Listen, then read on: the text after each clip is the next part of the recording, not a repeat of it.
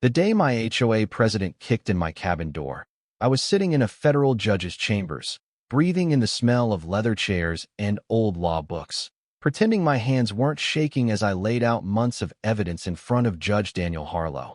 And right when he leaned forward to study a document, my phone vibrated.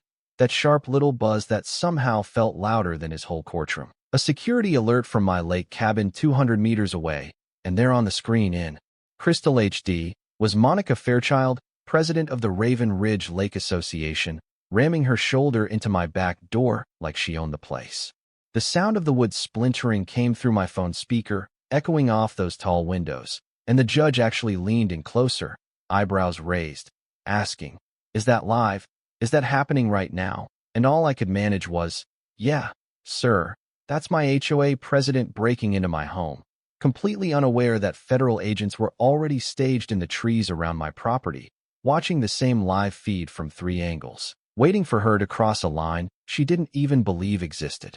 My name is Ethan Cole, 30 years in telecommunications engineering, a few decent patent payouts, and a lifelong dream of restoring my grandfather's lake cabin at Raven Ridge Lake in Colorado, a place my family had held since 1967, cedar walls rubbed smooth by generations of hands, a stone fireplace Grandpa Walter laid rock by rock, a dock that creaked under my boots while trout glided through water so clear it looked like cut glass, and for a while it felt like my wife Lena, my daughter Chloe, and I had finally found the kind of quiet you can't buy in a city. Then I met Monica.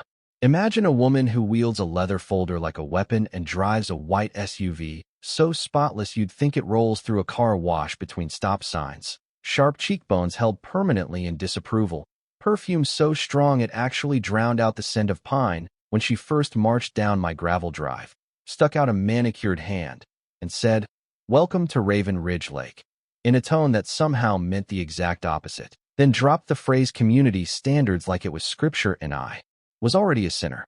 3 weeks later, a thick certified letter landed in my mailbox, heavy paper that tried to feel official in my fingers, announcing a $1,500 fine for unauthorized structure modifications, which, according to Monica, meant the dock extension my grandfather built in 1972, 13 years before the HOA even existed. And when I showed up at the community center, fluorescent lights buzzing, rooms smelling like burned coffee and old mop water, armed with original permits, surveys, and faded photos of my dad and Grandpa Walter fishing off that dock, Monica barely glanced down before inventing a brand new fee, a $500 monthly historical structure maintenance assessment for being grandfathered in, $6,000 a year for a legal dock. That's when I started hearing the whispers, neighbors cutting sentences short whenever Monica turned her head, an older woman named Millie Grant tugging at my sleeve after the meeting, voice trembling as she mentioned that the problems always seemed to start with military families. And when I dug into old sale records, my stomach dropped. 3 veteran households hit with escalating fines, 2 forced to sell under pressure. Both houses quietly flipped by Monica's real estate company, Fairview Realty Group, for a fat profit. Montana, Idaho, Wyoming in the original story. Here it was Colorado, Utah, Nevada, different states, same playbook. The next escalation arrived in the form of a surprise inspection by Monica and a guy she introduced as Rick Bowen, supposedly a county inspector, his badge hanging crooked on a shirt that looked older than my daughter, stale cigarette smoke and cheap aftershave wafting ahead of them as they marched straight past me with a routine safety check, line like I was a dangerous science experiment, pointing at perfectly legal GFCI outlets, my grandfather's stone fire ring, anything they could photograph and twist.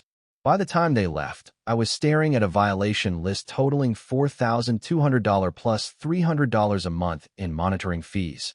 And that night, staring at the ceiling while Lena slept and the lake breeze pushed through the window, I did what any telecom engineer does when something smells wrong. I started digging, pulled up the state licensing portal, and discovered that Rick wasn't an inspector at all. He was a real estate agent at Fairview Realty Group, moonlighting as a fake official for Monica's harassment campaign. That was the moment this stopped being annoying HOA drama and turned into war. From that day on, every interaction with Monica moved to email. No more phone calls she could deny. No more hallway conversations she could twist. and I wired my cabin and driveway with discrete security cameras, the kind that blend into eaves and tree trunks, capturing the late-night show that made me feel like I was binge-watching my own true crime series. There was Monica's pristine SUV creeping by at 11 p.m., headlights off, Rick holding a flashlight while she measured my dock like it had personally insulted her. Then the same routine at 3 other houses, all owned by veterans, and the audio upgrade on one clip caught the line that made my blood run cold. These military types always crack under pressure. A few more violations, and he'll sell cheap. I took that evidence and my growing stack of fines to the next emergency HOA meeting, called for a weekday afternoon when most normal people were working, the agenda buried under legal jargon but crystal clear. Vote to foreclose my property for endangering community welfare. And when Monica put up a slide of me in uniform from my daughter's school event, with the words asset or liability floating over my head, I realized this wasn't just about money. It was about painting veterans as dangerous, unstable, something to purge. They'd packed the room with Monica's allies, 2 agents from Fairview Realty Group, Rick, and several owners who'd just had mysterious reductions in their own fines. And while a few brave neighbors like Howard Lane, retired teacher Nora Ellis, who'd seen my work with local vets, and shy Julia Price spoke up in my defense, the vote was rigged from the start. My ballot disqualified, abstentions counted as yes votes. Rules bent in real time to deliver the result Monica wanted. Foreclosure, 8-4. But what Monica didn't know was that my phone had been recording the entire meeting, and during a break, when she thought no one was listening, she leaned toward Rick and whispered, "Once we clear out Cole and the Lopez family, we can market this as an upscale community. No more PTSD cases dragging us down." And those words, soaked in prejudice, wrapped that meeting in a federal flag she had no clue she was insulting. On my way out, Millie slipped me a folded scrap of paper with a shaky phone number and 5 words, "Call him. He can help." That him turned out to be Judge Daniel Harlow, a federal district judge and Millie's son-in-law, who answered my call like he'd been waiting for it, told me he'd been watching HOA discrimination patterns across 3 western states for 18 months, and that my case wasn't an outlier. It was a missing puzzle piece, the one thing they still needed. A homeowner still in the fight, with evidence, and enough stubbornness to wear a wire. So a few days later, I found myself in Judge Harlow's chambers in Stonebridge, the sun cutting across stacks of files stamped confidential, a map on his table dotted with red pins showing HOAs just like mine in Colorado, Utah, and Nevada, all using the same script to drive veterans out. And that's where I first heard the name Operation Deep Sweep, the code word federal investigators had given this entire mess.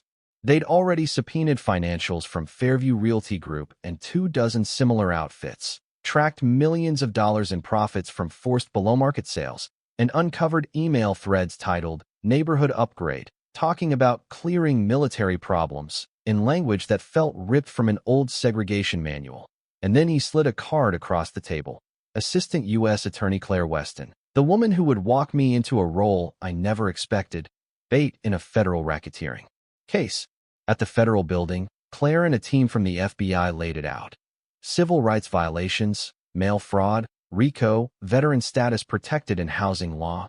And every time Monica singled out a military family, she wasn't just being nasty, she was stepping into federal felony territory. And my job, as they fitted a recording device disguised as a shirt button and installed hidden cameras around my cabin under the cover of a utility crew, was to keep playing the part of a cornered homeowner. Let Monica think I was cracking and give her room to get desperate.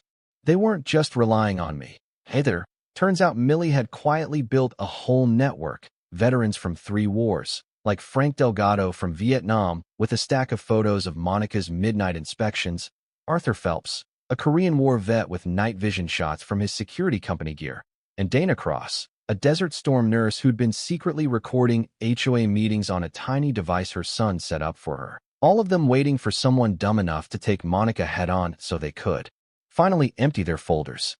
Then the sabotage started. One Tuesday night, my lights flickered and died.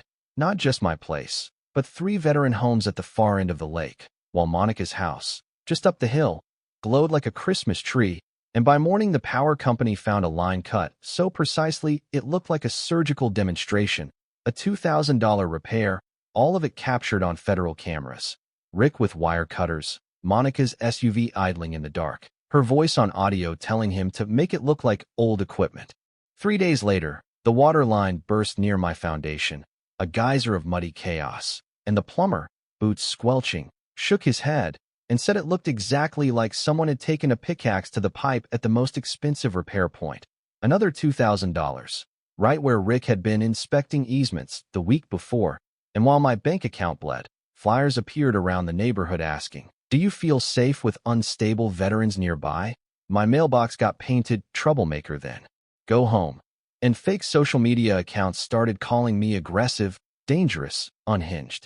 On top of that, Monica leaned on her real estate contacts to quietly warn contractors that I was a bad risk. Suddenly suppliers wanted cash, not credit, and more than one business hemmed and hawed about what they'd heard. But every step, every anonymous note, every spray paint stroke, every late-night drive-by was being tracked by Agent Naomi Park and a team of forensic specialists, who were giddy on our secure calls because Monica was, in their words, checking every box in the racketeering handbook. Then came the phone call Naomi had been waiting to play for me. A wiretap clip of Monica telling Rick they needed direct evidence of instability, something that would make a judge sign an emergency removal order and open the door to immediate seizure of my property. And that's when the plan shifted from gathering harassment to documenting outright criminal fabrication. My role was simple, at least on paper. Make it clear I'd be gone for the weekend. Friday afternoon, I made a show of loading an overnight bag into my truck, told my neighbor Howard, loudly enough for two gossiping porches to hear, that I'd be in Stonebridge all weekend talking to lawyers, and then I drove off past the tree line, heart pounding, while federal agents settled into their hidden perches, cameras humming. Mics pointed at my empty cabin like it was a stage before curtain. Saturday late morning, in Judge Harlow's chambers, Agent Park pulled up a live feed on a secure monitor, and there it was. Monica's white SUV nosing into the trees behind my place at 11:47. Rick's pickup rumbling in 15 minutes later, tools visible in the truck bed, both of them thinking they were invisible, while a federal judge and a half-dozen agents watched like it was the season finale.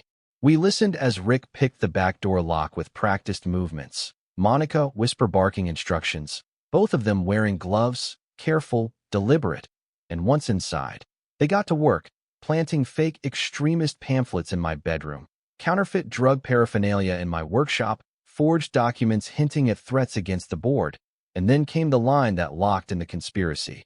Once we photograph all this, the emergency order will be a slam dunk. The Lopez family will fall in line, and the rest of the vets will think twice about making trouble, followed by Rick asking what they do with the quiet ones and Monica calmly answering, "Same treatment.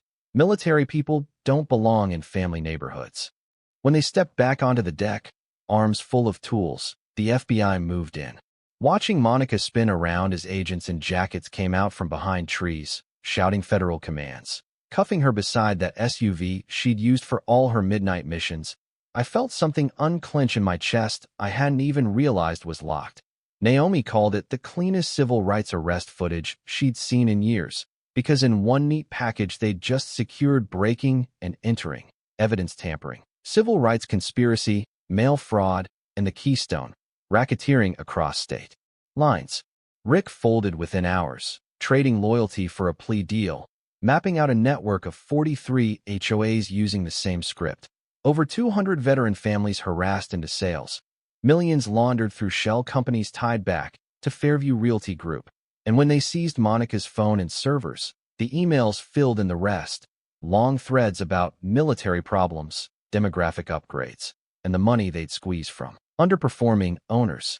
2 days later, I stood on the courthouse steps in Stonebridge, shoulder to shoulder with Judge Harlow and Claire Weston, staring out at news vans, satellite dishes, and reporters from every major network as Claire stepped up to the microphones and announced a 47-count federal indictment against Monica Fairchild and 12 co-conspirators under Operation Deep Sweep, the largest coordinated housing discrimination case in American history. She laid it all out: systematic targeting of military families, fabricated violations, fake inspections, weaponized fines, $2.3 million in illegal profits. And when a reporter asked what message this sent to other HOA boards, Claire didn't flinch. Federal civil rights law overrides any HOA rules. Discrimination based on military status is a federal crime with no safe hiding place. And your emails, bank records, and fake community standards are all admissible evidence. Behind the cameras, I saw Millie, tears in her eyes, finally seeing justice for her late husband, Harold, who died mid-fight, and next to her stood Aaron Blake, a Desert Storm vet who'd been forced to sell his lake house for $180,000 only to watch Fairview Realty Group flip it for $320,000. Now hearing Claire promise full restitution plus damages thanks to federal asset forfeiture. 6 months later, Raven Ridge Lake didn't look like the same place. Monica was serving an 18-year federal sentence, shackled to $2.8 million in restitution orders that would follow her until the end. Rick got 3 years and a starring role as the government's witness in cases across 4 states, and I found myself unanimously elected president of a rebuilt Raven Ridge Lake Association, the irony not lost on anyone. We rewrote everything. Live-streamed meetings, quarterly independent audits, airtight anti-discrimination provisions, clear checks on board power. And something unexpected happened. Property values climbed, not because we got stricter, but because families, especially young military couples, started seeking us out, wanting to live where the community had taken a stand and actually won. With restitution funds and donations, we launched the Raven Ridge Veteran Scholarship, cutting checks for kids like Maria Santos, whose Army dad had been harassed out of 3 neighborhoods before landing with us, and watching her hold that scholarship award with shaking hands on our dock. I swear I could feel Grandpa Walter in the creak of the planks, proud we'd turned his little cabin into a refuge instead of a battleground. Now, most mornings, I sit at the edge of that same dock, coffee steaming in the cool air, Chloe laughing with other kids as veterans teach them to cast lines, Lena gardening without flinching at car doors, and the only late-night activity on the lake is stargazing, not surveillance. We built a hotline. We mentor families in other states. We work with lawmakers on new HOA oversight bills, and our case shows up in law school lectures and documentaries as the moment people finally realize that community standards can be a mask for something much darker, and that mask can be ripped off. Justice didn't arrive quickly or clean or without scars, but it did arrive, backed by badges and statutes and people in power who finally cared enough to act. And we turned one HOA's nightmare into a weapon that protects others. So now I'll throw this to you. If an HOA, a board, or even a neighbor hides behind rules to target people for who they are, not what they've actually done, is that just how things work? Or is it a line that should always trigger real consequences?